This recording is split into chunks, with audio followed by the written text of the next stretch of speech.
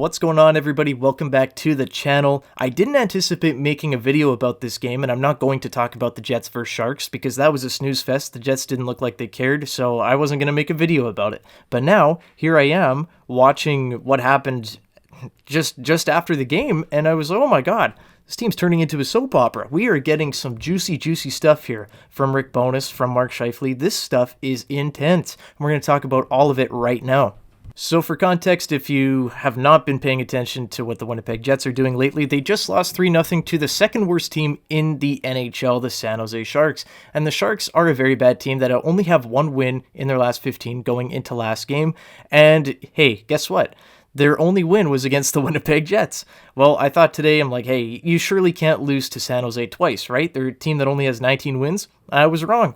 They beat the Jets, and now here we are, sitting in a horrific position, just 2 points ahead of Calgary, who have the same games played as the Jets, but they do seem to be catching some fire. They seem to be wanting to win games. And Nashville, who I really didn't expect to be an issue, but now we're only 3 points behind Winnipeg with 2 games in hand. So not ideal. Nothing ideal going on right now, especially when the Jets seem really to not care at all. No urgency. There's nothing showing me that the Jets want to make the playoffs right now. And Rick Bowness feels the exact same way. I mean, he was talking in the interview and he was saying like, hey, we need our guys to be better. And I'm going to play this clip right now for you. The inconsistencies of some of our players is hurting us. Some of these guys think they're giving us everything in their tank. They're dreaming.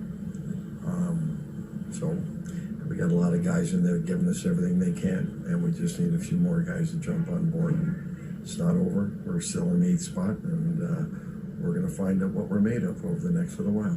So this was super interesting to me. You know, obviously it's no secret that Rick has not been happy with the Winnipeg Jets as of late, but I like the line where he was saying, look, if you really think that you're giving 100% or they're telling you that they're giving 100%, they are lying. And absolutely true, right? Like, we've seen what Mark Scheifele's been doing lately, and it has not been 100%. We've seen what Pierre-Luc Dubois, Kyle Connor, Blake Wheeler have been doing over the last little while. It's not giving their all 100%. They're not bought in right now. Is that Rick Bowness's fault? Possibly. I don't know what's going on, but Rick does have a little bit of an issue with the lineup, so I'm going to talk about all that in just a second. But right now, we're going to focus on the post game. And, Bowness is not happy, obviously, with the players, and maybe there is a little bit of a disconnect. And right now, I mean, there is almost undoubtedly a disconnect between Mark Scheifele and Rick Bowness. And before you sit there and you say, oh, well, you don't know, like you're not in the locker room, that is very true.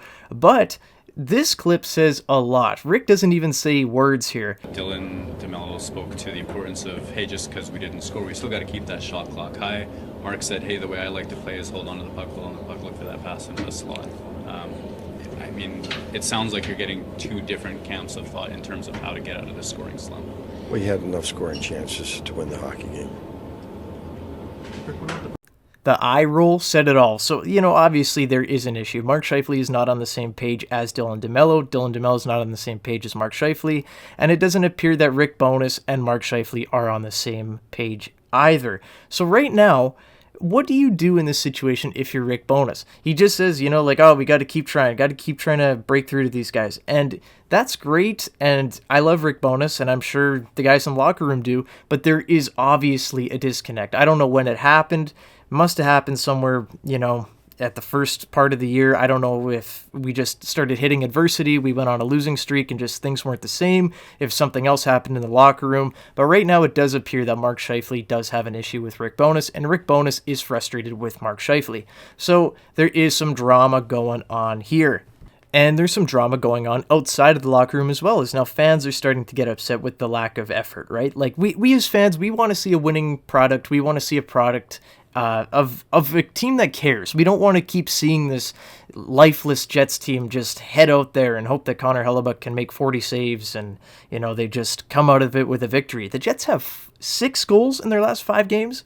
That is unbelievably poor, and they just cannot seem to score. They're getting the shots, but there is almost no dangerous shots to be had, and it is just really tough to watch. But right now, a big reason why I believe the Jets are not really getting any of their support, any run support for Connor Hellebuyck, is because of the lineup. What are we doing? You're actively saying that you need more from your best players. Yes, you're correct, but when you're not playing your best players the amount of time that they should be played, they're probably not going to succeed. Nikolai Ehlers gets put on the third line and plays almost half of what Mark Scheifele, Blake Wheeler, and Kyle Connor are playing.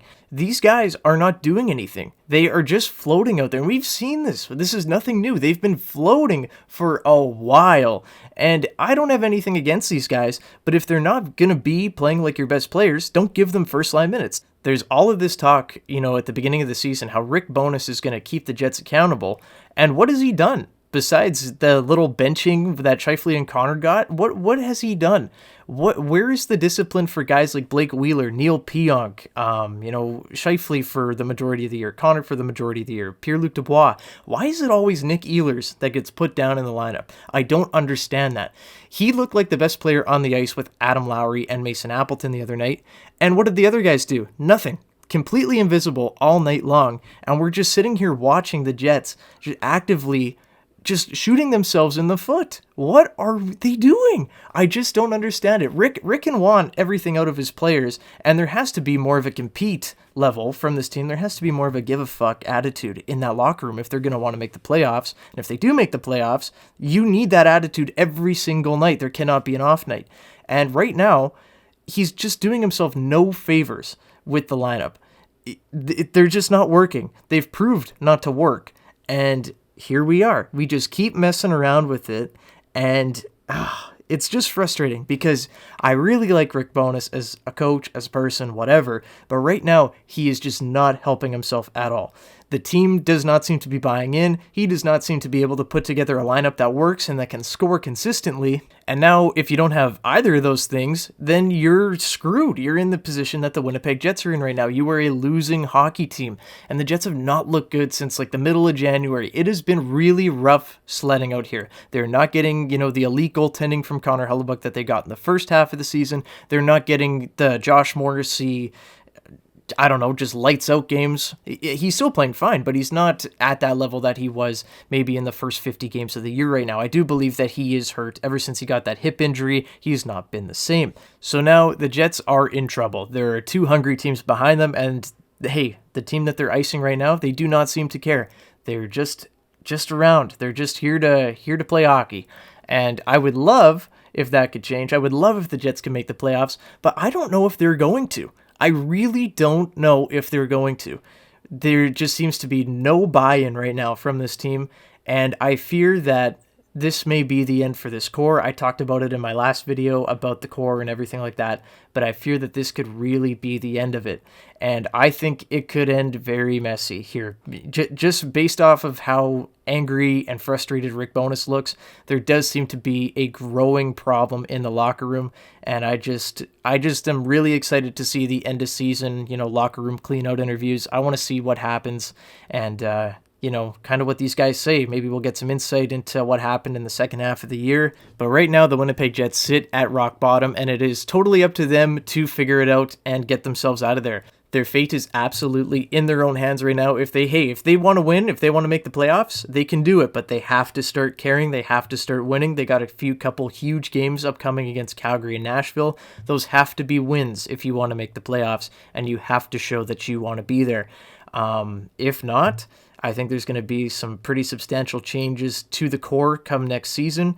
Maybe the Jets take a different direction. And if they don't make the playoffs, I really do wonder about Kevin Cheveldayoff's job security. Wouldn't shock me either way if he was kept or, let go, because we all know how True North runs things. And unfortunately, they are very loyal to their employees no matter how successful they really are at their jobs. So will Kevin Cheveldayoff be the GM of the Jets next year? I really hope not. I hope we pick a different direction. I hope we pick a new GM. And I hope, maybe we start to get rid of this core, who very clearly does not seem to gel well and just does not seem to have their heads in it right now. But I'm going to leave it there, everybody. Thank you so much for watching. I just had to talk about this today, about Rick Bowness, just how frustrated he looked and just some of the comments and, everything that wasn't said. I had to talk about it today. But yeah, let me know what you thought about the the little press conference he had after. Let me know what you thought about the Sharks game down below. I'd love to hear from you guys. Yeah, leave a like and subscribe to the channel if you haven't already. And I will see you guys in the next video. Have a great day, everyone. Bye-bye.